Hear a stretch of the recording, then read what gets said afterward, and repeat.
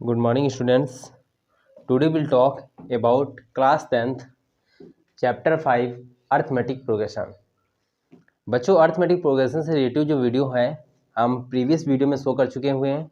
अब next question लेकर आए हुए हैं। जो ये क्वेश्चन जो है ये आर.एस. अग्रवाल और एस चांद की बुक से रिलेटिव है। ठीक है, क्योंकि एनसीईआरटी की बुक का मतलब ये हुआ कि खाली वो तो एक माध्यम के रूप में बुक है, लेकिन इससे जब तक हम लोग एडवांस बुक का यूज नहीं करेंगे तब तक हमारे बोर्ड के लिए मतलब ज़्यादा प्रिपेयर नहीं हो सकते हैं। ठीक है, तो क्वेश्चन का लेवल जो है थोड़ा सा उससे थोड़ा सा एबव ही है। थोड़ा और देखते हैं, पढ़ते हैं क्या करें। In a certain AP the 32th term is twice the 12th term. Prove that the 17th term is twice the 31st first term. ठीक है, 31th टर्म पूछ रहा है। तो देखो जो स्टेटमेंट के अकॉर्डिंग जो बात कही गई है, पहले हम उसको कह लिखेंगे क्या। पहले कह रहा है 32 टर्म। 32 टर्म का मतलब समझते हो क्या होता है, A32। क्या हुआ, A32। इसका मतलब ये हुआ कि A32 टर्म इज मतलब इक्वल, क्या बोल रहा है, twice the 12th term. Twice the 12th term जो स्टेटमेंट के अकॉर्डिंग जो बात है पहले पूरी लिख दो। क्या कह रहा है, ट्वाइस द 12th टर्म का मतलब क्या हुआ, A12। ये इतनी बात क्वेश्चन के अकॉर्डिंग है। अच्छा ठीक है, ये क्या है, ये क्या है, गिवन वाली बात है। ये कौन सी बात है, गिवन है। ये स्टेटमेंट में बात क्या है, गिवन दे रखी है।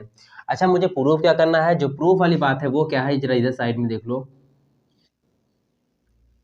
ठीक है, प्रूफ वाली बात जो क्या है, कह रहा है 17th टर्म। 17th टर्म का मतलब क्या होता है, A70। क्या होता है, A70। 17th टर्म का मतलब होता है A70 टर्म इज, इसका मतलब इक्वल ट्वाइस द, मतलब ट्वाइस द 31st टर्म मतलब A31। ये स्टेटमेंट के अकॉर्डिंग इतनी हमें बात को प्रूफ करना है। कहने का मतलब क्या हुआ, जो A70 टर्म का जो रिजल्ट आएगा वो A31 के रिजल्ट के ट्वाइस के मतलब आएगा। जैसे अगर ये 30 हुआ, मान लिए सपोज दैट कि A70 सम जो है वो 70 आया और A31 जो है वो 15 आया। 15 को ट्वाइस करेंगे then LHS equal to RHS verify होके आ जाएगा। तो ये मेरी बात जो है प्रूफ के रूप में आ जाएगी। तो देखो A32 का मतलब क्या हुआ, अगर मैं उस लॉन्ग वाले फार्मूले के बोले, किस फार्मूले से कि nth term of an AP का मतलब क्या होता है, A plus n minus 1 into D होता है। तो उसी के अकॉर्डिंग मैंने बता रखा था कि यहाँ पर जो भी n लिखा हुआ है यहाँ से एक वैल्यू कम बोली जाती है, लेस करके। तो बोलें क्या, A plus 31D, A plus 31D equal to twice of A plus कितना बोलेंगे 11D, A प्लस 11D, और ये ब्रैकेट लगा देंगे क्लोज। ठीक है, अब देखो यहाँ से क्या करेंगे, A plus 31D equal to 2 की मल्टीप्लाई ऐसे कराएंगे, 2A हुआ, प्लस 2 की मल्टीप्लाई यहाँ से कराएंगे तो बोलेंगे क्या, 22D। अब देखो क्या करेंगे, जो A जो लाइक टर्म है इनको एक पास कर लेंगे, बोलेंगे क्या, A minus 2A equal to 22D minus 31D। ठीक है, 21D माइनस 31D। अब हम लोग क्या करेंगे, यहाँ से दोनों का डिफरेंस कितना हुआ, माइनस का A इक्वल टू माइनस का कितना हुआ, देखो 9D, और दोनों से ये साइन कैंसिल हो जाएंगे तो A की वैल्यू क्या फाइंड होके आ गई,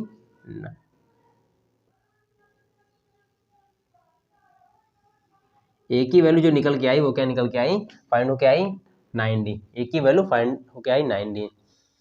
अच्छा A की वैल्यू यहाँ से फाइंड होके 9D आई है। ठीक है, तो जरा देखो आगे, अगर A की वैल्यू फाइंड होके 9D आई है, अब हम यहाँ से क्या करेंगे, A72 को फाइंड करेंगे। तो देखो पहले हम क्या करेंगे, A72 को हम पहले अलग से फाइंड करेंगे। ये मैंने A की वैल्यू निकाल ली है। अगर यहाँ से A की वैल्यू ये आई है तो अगर मैं कहना चाहें तो यहाँ से मेरी D की वैल्यू भी आ गई है। ठीक है, क्यों, खाली वेरिएबल को इधर सीधे कर लो तो D इक्वल टू क्या आंसर आएगा, ऐसे कर लो ना, A/9। तो ये मेरी D की वैल्यू आ गई है।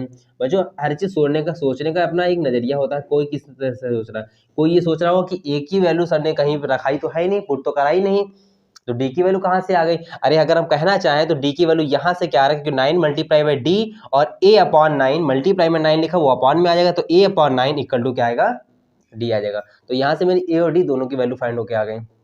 यूज जिसकी पड़ेगी उसकी मैं यूज करूंगा, फिलहाल जितना यहाँ तक है।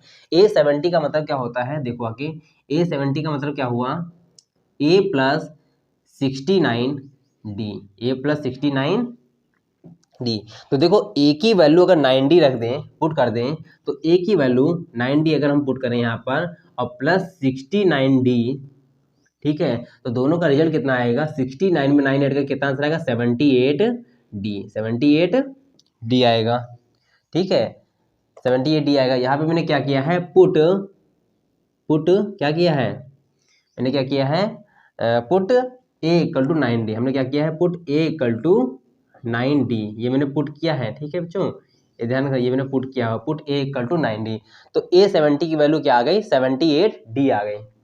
अब जरा यहाँ से आओ, कुछ बच्चे जो है यहाँ पे क्या गलती करते हैं, वो साथ में लेकर चलते हैं टॉयस ऑफ A31 लेकर चलते हैं। टॉयस ऑफ A31 का मतलब यहाँ पे कुछ बात और थी, यहाँ पे इन्होंने बात कही थी कि टॉयस ऑफ A12 बोला था, ये एक बात गिवन थी, बट वो बात मुझे प्रूव करनी है टॉयस, तो साथ में टॉयस जो है चलेगा नहीं, मतलब वो टॉयस जो है उसका रिजल्ट जो है वो टॉयस शो होगा कि जैसे 15 अगर वो है तो ये रिजल्ट 30 है, तो कहने का मतलब क्या है, 50 इसका टॉयस 30 है, समझ में आता है। तो टॉयस नहीं लेकर चले, वो A31 जो लेकर चलेंगे, क्या लेकर चलेंगे, A31। मैंने देखा होगा कुछ बच्चों को, तो फिर कहते हैं sir LHS equal to RHS verify दोनों आ गए सर। जब वो टॉयस अगर लेकर चलोगे तो LHS और RHS दोनों ही वेरीफाई हो जाके आ जाएंगे, वो तुम्हें शो करना है। तो क्या बोलेंगे, A प्लस 30D, तो A की वैल्यू हम यहाँ पे क्या पुट करा रहे हैं, 9D plus 30D equal to कितना आंसर आया, 39D। अच्छा देखो यहाँ से क्या हो, प्रूफ हो क्या आ गया कि अगर 39 का अगर हम टॉइस कराएं, 39 का टॉइस कराएं, देखो 78D होता है नहीं होता है, देखो यही तो बात कर रहा था कि A31 क्या बोला था कि A31 का मतलब नहीं, A31 नहीं, A70 क्या बोला था, A70 जो था इक्वल टू वो क्या है, टॉइस ऑफ A31। चलो देख के देखो टॉइस ऑफ A31 है कि नहीं है। A31 का रिजल्ट क्या है, 39, और 39 का टॉइस कितना हुआ, 78, और इस पूरे का रिजल्ट क्या है, 78, दोनों इक्वल टू आ गए। तो ये बात तुम्हारी क्या हो गई, प्रूफ होके आ गई। और ध्यान रखो प्रूफ के क्वेश्चन बहुत ही ईजी होते हैं, कि ना कुछ करना होता है, खाली यहाँ से देखो हमने डी भी ले लिया था, क्यों, क्योंकि माइंड को अपने मैंने यूज किया, शायद कहीं पर डी की रिक्वायर, क्योंकि क्यों अभी तक मैंने जितने एपी के क्वेश्चन लगाए उनमें ए और डी की प्रथम रिक्वायर होती है कि ए और डी मुझे फाइंड करना होता है, उसके आगे कोई फार्मूले, कोई सम ऑफ एन टर्म, कोई n term of n AP, ऐसा कुछ फार्मूला होता था, निकाल लिया। बट डी की वैल्यू भी यहाँ पे ऐसा नहीं आएगा, नहीं, अगर हम डी की वैल्यू रखें तो कुछ डी की में जो आंसर जो आएगा वो इन टर्म ऑफ डी में आएगा, तो डी में कुछ आएगा या फिर ए में आएगा, बट इसका भी अगर रखना चाहिए होगा, बट मैंने सब चीज ए और डी फाइंड करके देख लिया। ठीक है बच्चों, I hope you understand this video. Please like, share and subscribe my YouTube channel Gaurav Math Classes 011. Thank you बच्चों।